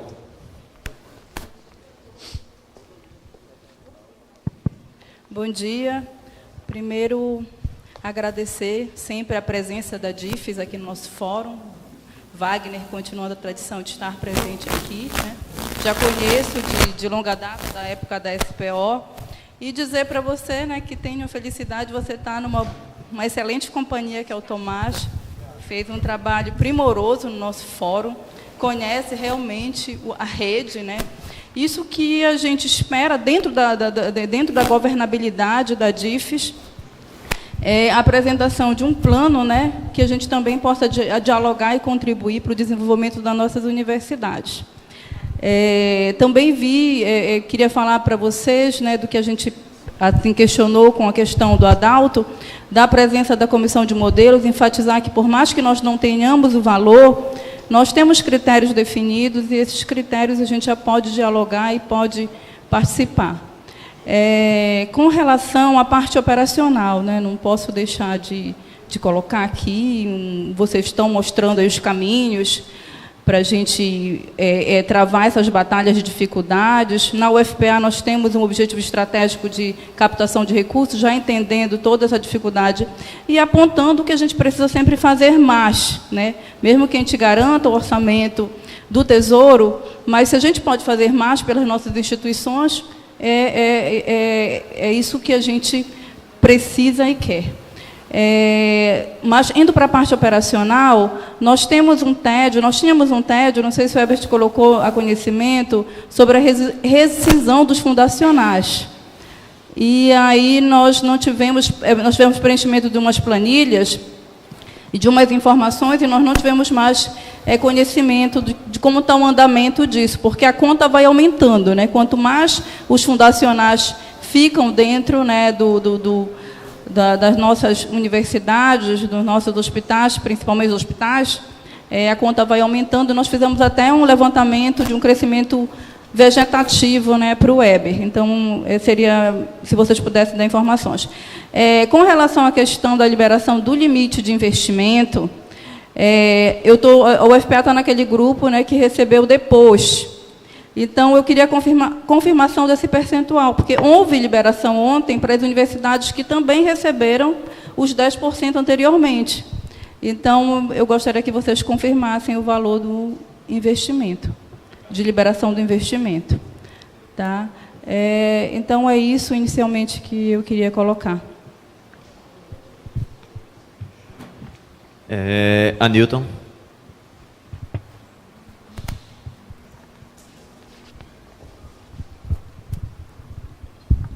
Bom, eu vou primeiro repetir uma parte do que a Raquel falou. É sempre bom ver a DIFES presente, né, independente do momento em que a gente está vivendo. Eu vou ser bem direto, né, eu sou da Comissão de Orçamento do Forplad, da Comissão de Modelos do Forplad, né, e eu tenho algumas preocupações em relação primeiro, a modelagem que está sendo utilizada, que a gente não teve acesso até agora, a metodologia que está sendo utilizada na estruturação da proposta orçamentária, independente de valor, independente dos dados do censo, tá certo? Quer dizer, existe uma metodologia a ser seguida, né, e nós tentamos por diversas vezes a aproximação com a CESU e fomos mal sucedidos nessa tentativa de aproximação. Então, a primeira coisa é como está sendo tratados os recursos do REUNE, na metodologia que está sendo utilizada lá no MEC. A mesma pergunta vale para a questão da assistência. Tá certo? Como está sendo pensada a questão da assistência. Numa das reuniões anteriores, na reunião anterior em Belo Horizonte, o Weber falou de que estaria sendo pensado a utilização de indicadores de eficiência, que medem a eficiência das instituições. A pergunta é, esses indicadores estão sendo considerados na estrutura atual pensada dentro do MEC? Se sim, que indicadores são esses, como são medidos e como que a gente pode ter acesso a esses resultados? Eduardo.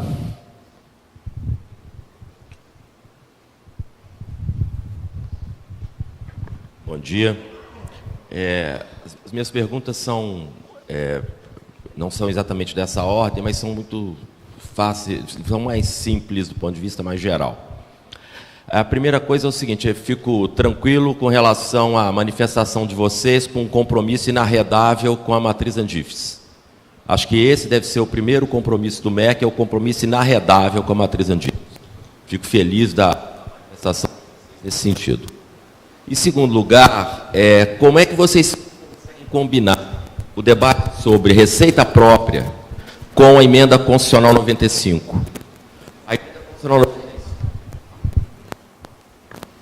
A emenda constitucional 95 hoje, ela é um grande limitador de investimento. As universidades não podem utilizar os recursos, pelo menos pode ser que não consigam desenvolver isso à frente. Acho que essa é uma questão que precisa ser levantada, porque esse é um debate político, ele não é uma decisão da DIFES, não é um debate que passa por vocês, mas eu acho que é preciso que o MEC participe dessa discussão, mostrando os limites da Emenda Constitucional 95. Isso me parece muito importante. E uma última questão tem relação com o investimento. Vocês pretendem continuar com a prática de retenção de uma parte dos recursos de investimento no MEC, tal como foi adotado nos últimos tempos, ou nós teremos alguma mudança na política de investimento? Obrigado. Muito bom, Eduardo. Denise.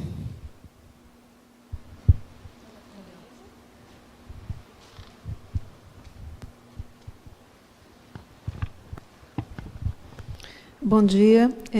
Quero agradecer a presença da DIFES aqui. Eu acho que é importante. Nós temos essa oportunidade de dialogar com vocês e começar a ver uma proposta, né? E as minhas perguntas elas vão nesse sentido. Antes de iniciar a questão do que vocês trouxeram aqui para a gente hoje, eu gostaria de reiterar a necessidade do desbloqueio. Na minha avaliação, e acredito de todos aqui, o contingenciamento ele é suficiente para a manutenção da limitação de empenho e de comprometimento da capacidade de despesa do Estado brasileiro. E o contingenciamento ele tem nos trazido uma série de amarras que não nos permite fazer o planejamento e a gestão dentro do que foi planejado, tendo em vista que o orçamento se torna indisponível. Então, eu quero reiterar o pedido de desbloqueio. Eu não estou falando do contingenciamento comum que a gente conhece, mas do desbloqueio, para que a gente possa fazer uma gestão adequada dos recursos que a gente tem, que são escassos, né, conforme vocês mesmos reconhecem na apresentação. O restante da minha pergunta, ela vai da proposta que é trazida aqui. Eu fico feliz de vocês estarem começando a trazer essas discussões para a gente, mas eu, pessoalmente, fico desconfortável porque eu não tenho um documento escrito, eu não sei do que a gente está tratando. E aí é uma limitação minha, eu tenho dificuldade de fazer tomada de decisão e interpretação de apresentação em PowerPoint. Então, eu queria pedir para vocês um documento com a proposta completa. Eu entendo que é uma proposta ligada ao draft de modelo de financiamento de IFES, que o ministro teve a oportunidade de falar que a UMEC estava trabalhando nisso, quando nós tivemos, o UNB, uma audiência com ele. Então, eu gostaria de saber se vocês podiam fazer a gentileza de apresentar o documento completo para a gente, para nós entendermos as implicações e o alcance, e podemos contribuir, de fato, para o aperfeiçoamento, que eu acho que nós temos como contribuir e devemos, né, fazer isso daí. Eu tenho dúvidas, eu acredito, justamente porque a gente está vendo o PowerPoint, né, e então a gente não tem um entendimento da dimensão completa, algumas questões aqui, e aí é só o início da nossa discussão, né, que me trazem preocupação. Há, num dos slides, especificação da autonomia financeira. E na Constituição a gente tem uma autonomia constitucional. Eu queria entender o que significa essa autonomia financeira. Se seria uma substituição do modelo de financiamento, ou seja, retirando do que está previsto constitucionalmente, que é a manutenção das instituições federais públicas de ensino superior com recursos do Tesouro, para uma arrecadação pelas próprias universidades, que manteria a universidade em sua integralidade. Ou seja, a arrecadação própria, em vez de recursos do Tesouro, em que níveis isso aí está sendo discutido? Tá? Se a gente está falando aí de folha de pagamento, despesa obrigatória, versus a questão específica de despesa discricionária, ou se é complementar. Eu gostaria de entender isso um pouco melhor. Eu também não entendi o que está escrito ali, nesse mesmo slide de OS, né, autorizar a contratualização como OS. Eu não entendi o que significa isso, eu não sei o que se espera de uma OS. Né? E vocês trouxeram dois exemplos aqui, RNP e Embrapi, mas eu não sei o que está sendo pensado. Essas dificuldades de entendimento da proposta na sua completude fazem com que, nesse momento, apesar de ficar muito satisfeito com a presença de vocês aqui, dessa abertura de oportunidade de diálogo, elas me deixam mais intranquilas do que confiantes, né? Mas eu vou terminar aqui na expectativa de que a gente possa continuar estreitando os laços, entendendo e podendo contribuir para o aperfeiçoamento do modelo. Faço um último pedido aqui. O ano passado, a ANB teve reduzido o seu superávit em 70,3 milhões de reais. Eu já tive a oportunidade de falar isso com o ministro da Educação também. Eu gostaria que vocês colocassem no radar, assim como a gente está discutindo a emenda constitucional 95, essas limitações de funcionamento da universidade, uma possível reposição desses recursos financeiros ao longo do tempo, para que a gente, eventualmente, possa utilizá-los para a finalidade que eles foram arrecadados, né? Eu sei que aí necessitaria de uma discussão do Ministério da Educação com o Ministério da Economia, mas eu tenho certeza que, juntos, a gente é capaz de construir uma solução. Muito obrigada. Ok, fechando o Rosalvo.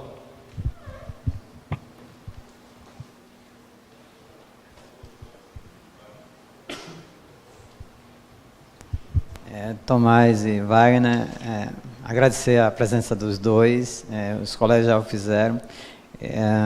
Eu acho que não só o fato da DIFES, né, estar aqui, mas de vocês dois, especialmente, o comprometimento, a lealdade, digamos assim, que vocês têm, não só com a rede, mas, sobretudo, com o Forplad. Então, para a gente é sempre uma forma de poder ter alguma expectativa, alguma esperança de que nossas vozes sejam escutadas.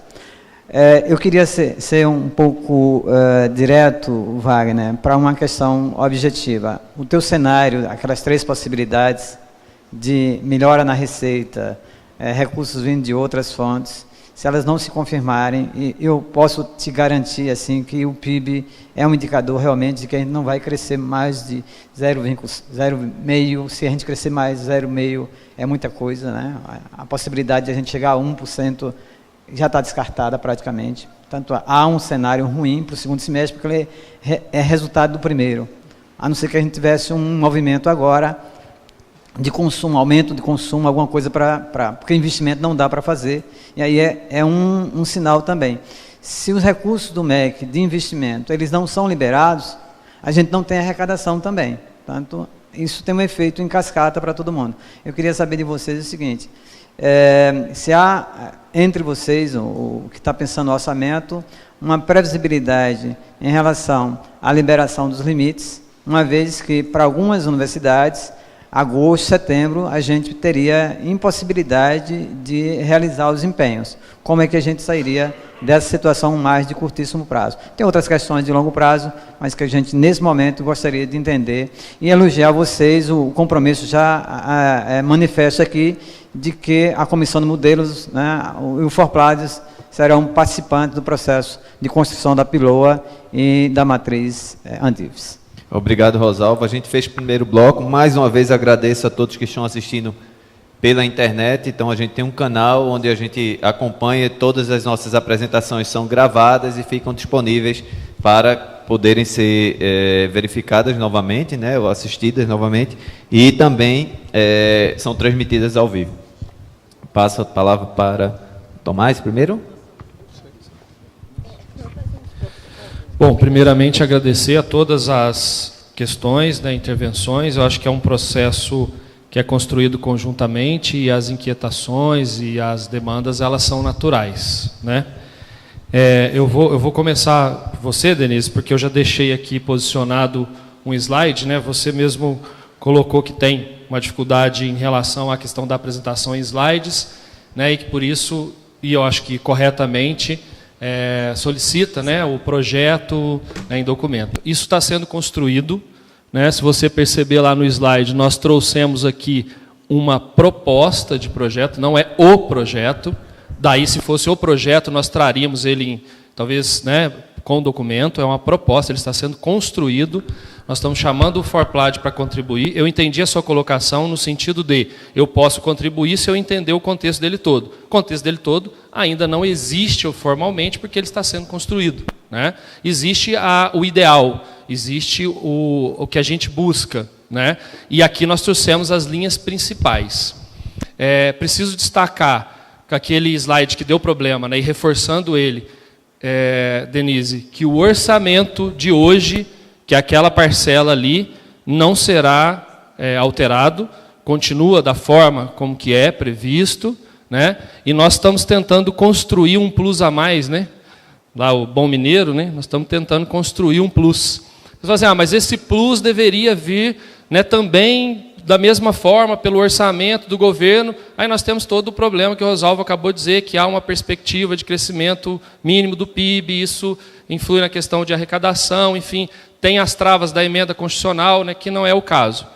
Então, o que eu queria te tranquilizar, né, que você coloca, né, está, de certa forma, não tranquila com isso, que te deixou mais preocupada, que eu queria te tranquilizar e reforçar que o projeto, além de passar por todas as fases de construção, prevê a consulta pública, que é um processo natural desse tipo de projeto do Executivo, prevê a sua consolidação, apresentação na Andifes também, e eu acredito que se a gente tiver outra oportunidade, outras oportunidades no próprio Forplad.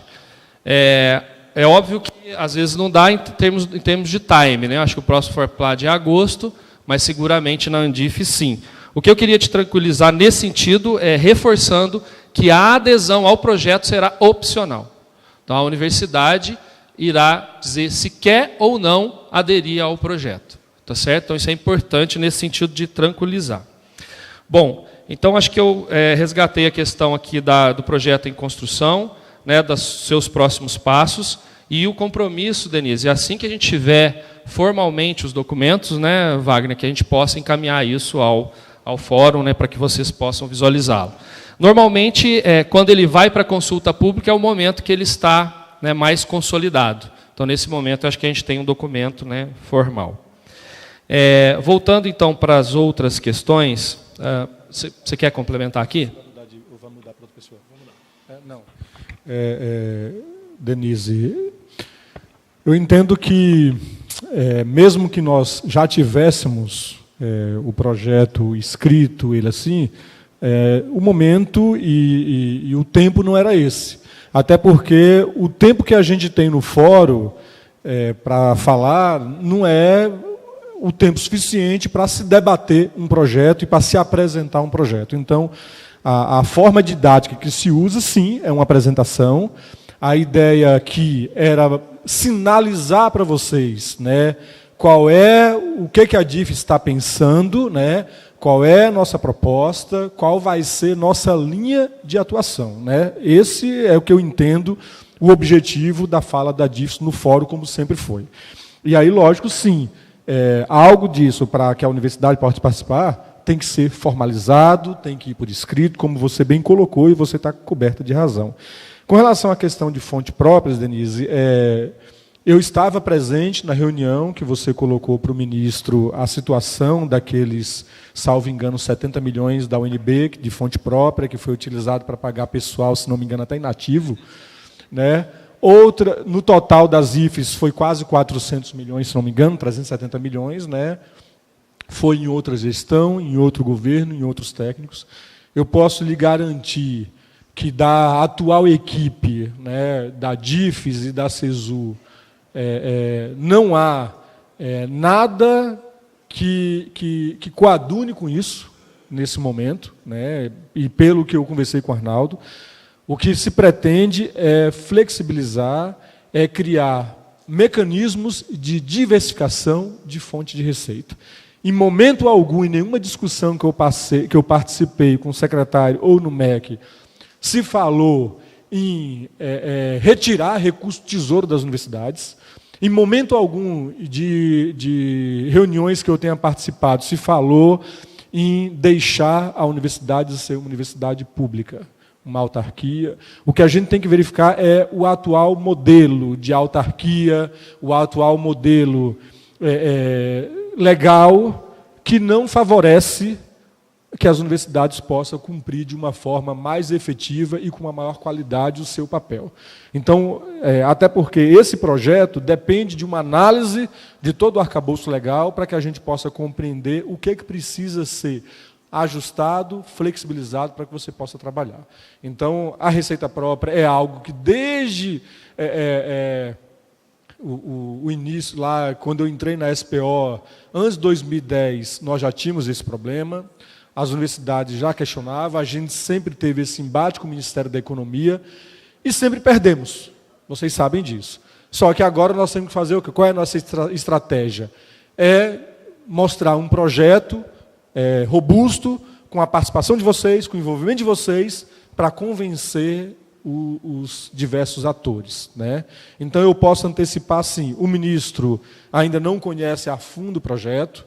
Lógico que, para a gente dar prosseguimento, o secretário conversou com ele, fez uma apresentação sintética a ele do que a CESU pretendia, ele concordou e falou, podem ir nessa linha. Por isso que, em algumas reuniões, ele tem dado essa sinalização de que, nos próximos dias, ele anunciará isso.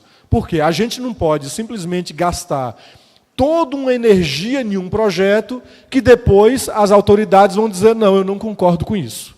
Então, o que foi feito? Foi definido as linhas gerais do projeto, o secretário buscou o ministro e falou, ministro, a CESU gostaria de apresentar um projeto nessas linhas com esse foco e isso. Eu posso tocar? O ministro disse sim, pode, gostei, aprovo, pode tocar.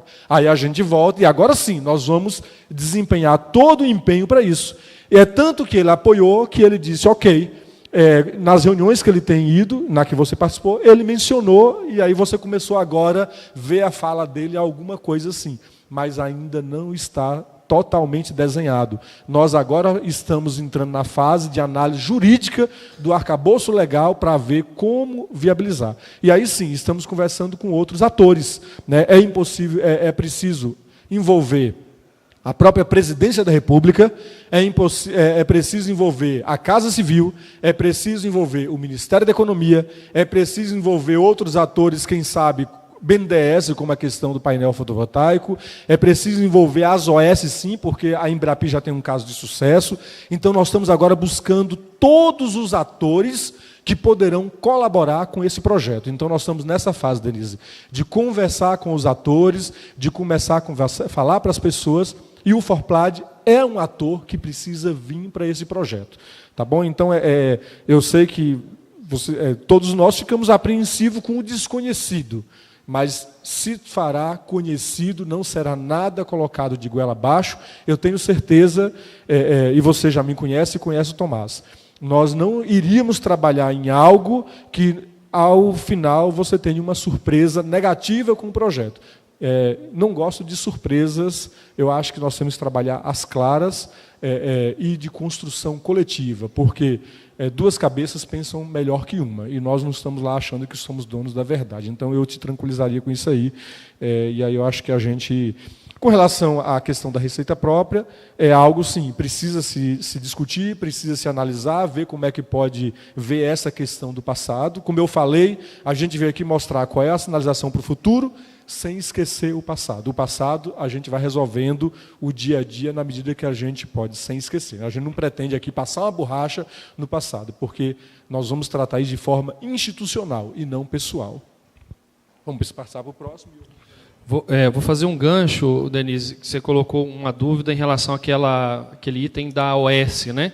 Aí eu vou fazer um gancho com a questionamento do Eduardo, referente à receita própria e as amarras que existem na emenda constitucional, que ela está vinculada, né?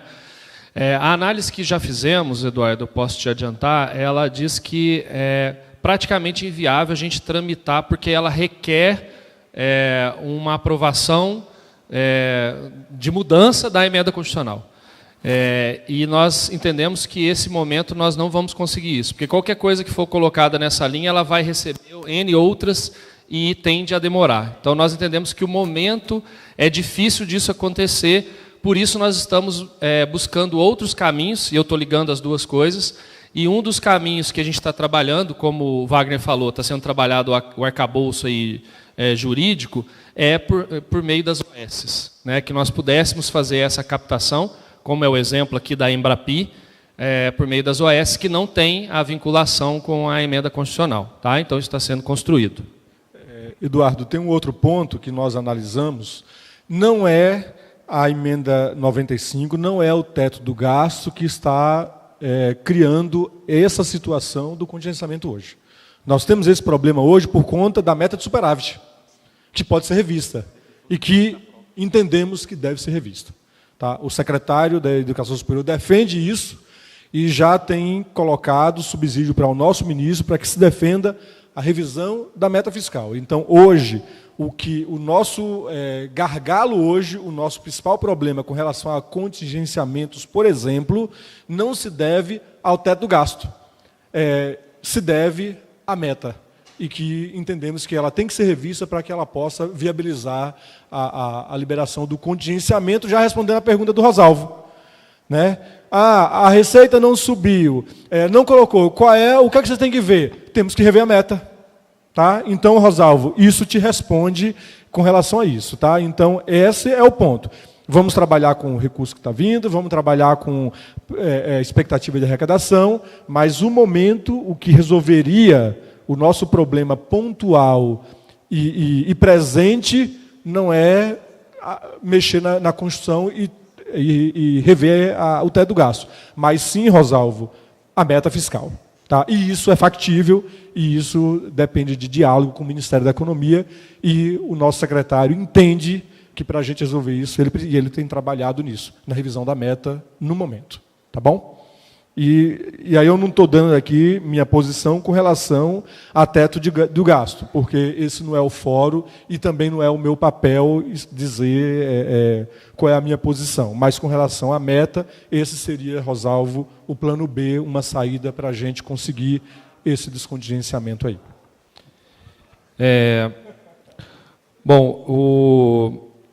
Uma questão que a Raquel tinha colocado, Raquel, nós vamos ter que levantar essa questão da liberação do financeiro, do limite de empenho para investimento. Tá? Eu já pedi aqui os dados ao Weber, mas a informação que nós tínhamos é que a liberação foi de 10%. Essa é a informação que nós tínhamos. Tá?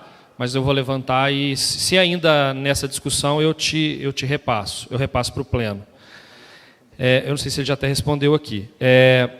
Um foco importante aqui também foi na questão do Anilton.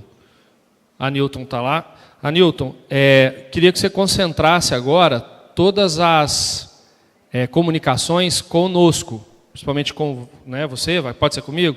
Comigo, para que a gente possa alinhar. O Weber está com a gente, é da equipe, para a gente alinhar essas questões, tá?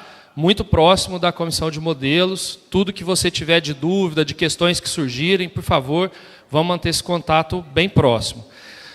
Nós finalizamos agora, como o Wagner falou, toda a fase qualitativa da PELOA 2020. Não temos, pessoal, reforço, não temos nenhuma diretriz ainda da fase quantitativa que se iniciou agora. A partir desta sinalização que será possível nós definirmos as questões das nossas matrizes. Tá? A posição nossa aqui, internamente, é que a gente consiga manter os indicadores hoje utilizados, do penais, da própria matriz OCC, como eu já falei. Só que esses dados ainda não estão disponíveis, não estão no nosso governo. Tá? Mas a perspectiva é que até a reunião com a comissão de modelos, então, prevista aí para o dia 27, a gente consiga trabalhar isso. Ok? Isso. Raquel, com relação ao limite de empenho de investimento, hoje é 19, né? Ontem, especificamente, às 11 horas da manhã, o Weber me procurou, porque algumas universidades ainda não tinham sido liberado os 10%, porque foi condicionada a questão de módulo de obras. Tá? E aí o Weber me procurou e falou, Wagner, aí ele me deu a lista, olha só, Univasf, o FAO, o FPA, o FPB, o FPR, o FPE, o FRJ, Unifesp, Uni, Acre, Grande Dourado, Oeste do Pará e Unilab. Foram essas que ontem receberam os 10% do seu limite de investimento de acordo com o módulo de obras. Então, o Weber me passou essa lista, perguntou se podia atuar junto com a SPO para liberar, para que todas pudessem ficar de forma igual, e eu falei para ele, já deveria ter feito isso, não sei por que ainda não fizeram. Né? Então, aí ontem ele fez isso. Então, eu estou aqui com o e-mail do Heber, ele me procurou ontem, 11h15 da manhã, para mim colocar esse fato. Eu falei, eu não tinha conhecimento, já resolva isso, vá na SPO e resolva. E ele foi e resolveu, tá bom?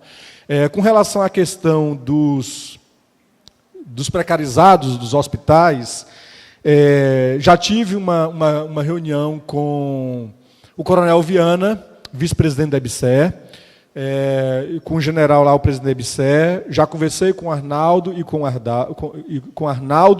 o Adalto. Há 100 milhões no orçamento previsto para isso, para resolver o problema como que é o termo?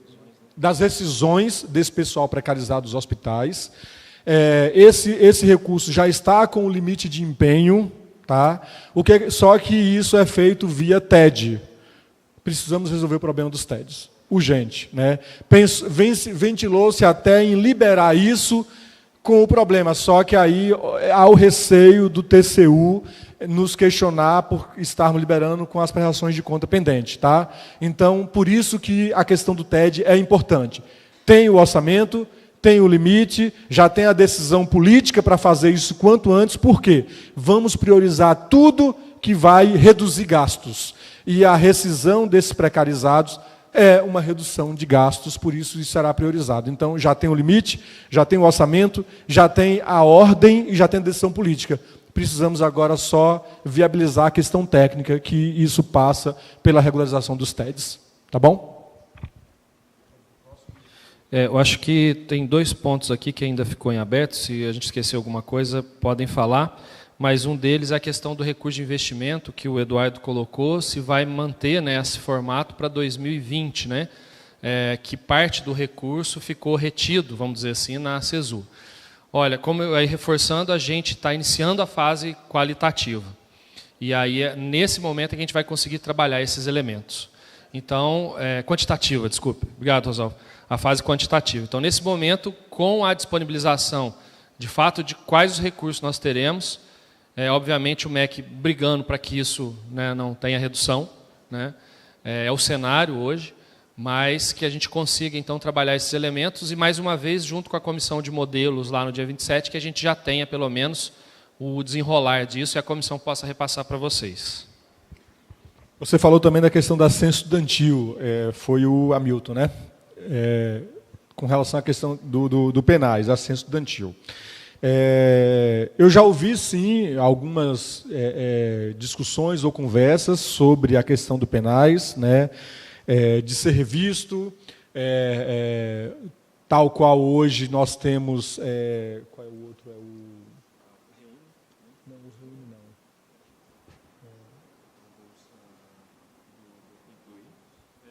não. Qual tem o Incluir, e outros, né? Só que isso ainda não foi pensado. O orçamento começa agora a fase quantitativa. Se fosse ter alguma mudança, isso já teria que estar todo pronto para se definir, por exemplo, vou dar um exemplo, a ação 4002, que custeia o penais, ela é uma ação de execução descentralizada, alocada em todas as universidades, na LOA, em cada universidade. Primeiro, a fase qualitativa passou, e eu levei isso aos meus superiores. Eu falei, olha, tem alguma previsão, por exemplo, de ter um grande projeto, um grande programa do penais, de se centralizar, de mudar a forma como é feito? Porque isso precisa estar definido na fase qualitativa, para que eu pudesse mudar a ação. A ação teria que ser centralizada, prevendo descentralização, ou não, só centralizada como é a bolsa da residência médica e da residência profissional. Tudo isso tinha que estar posto na fase qualitativa. E eu fui ao secretário e falei, olha, já tem a decisão, porque o momento é agora. Eu não tenho como fazer. Ele falou, Wagner, não tem nada construído, né? Fica como está.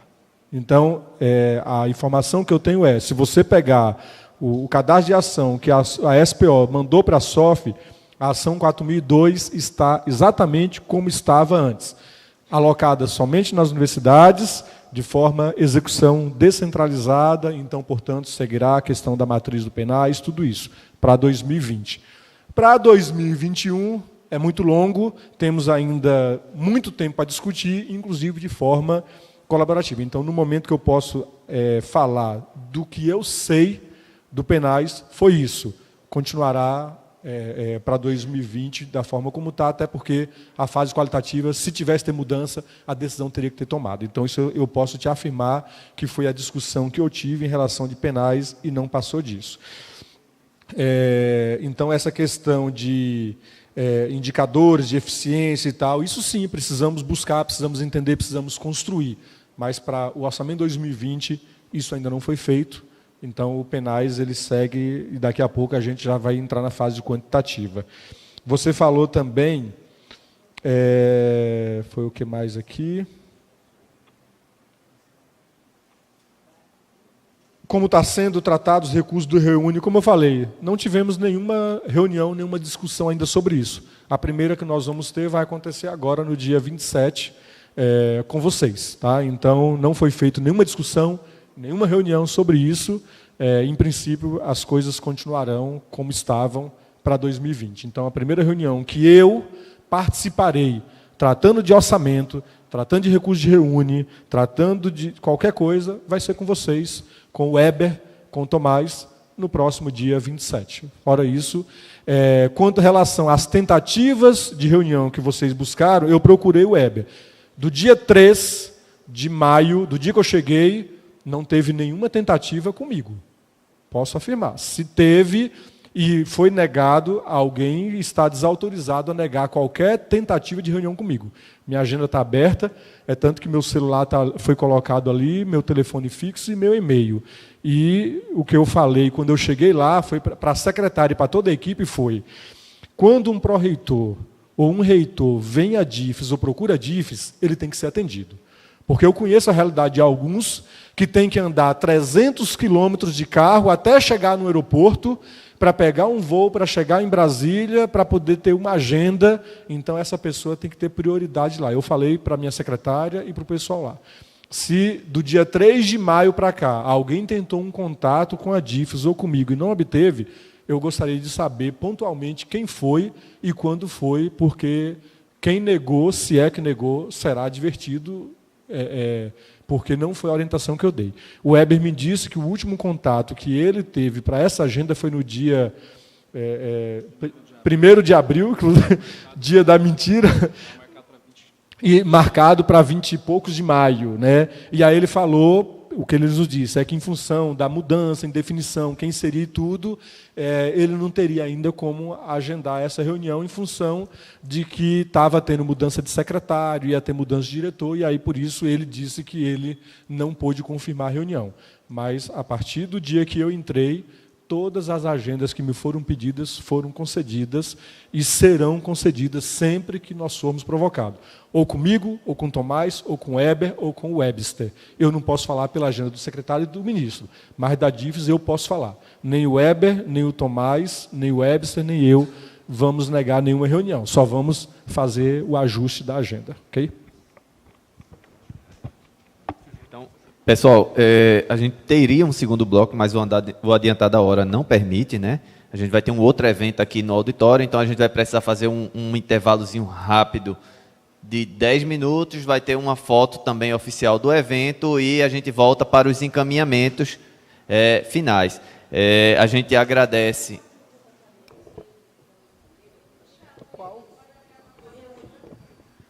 Ele falou. Falou.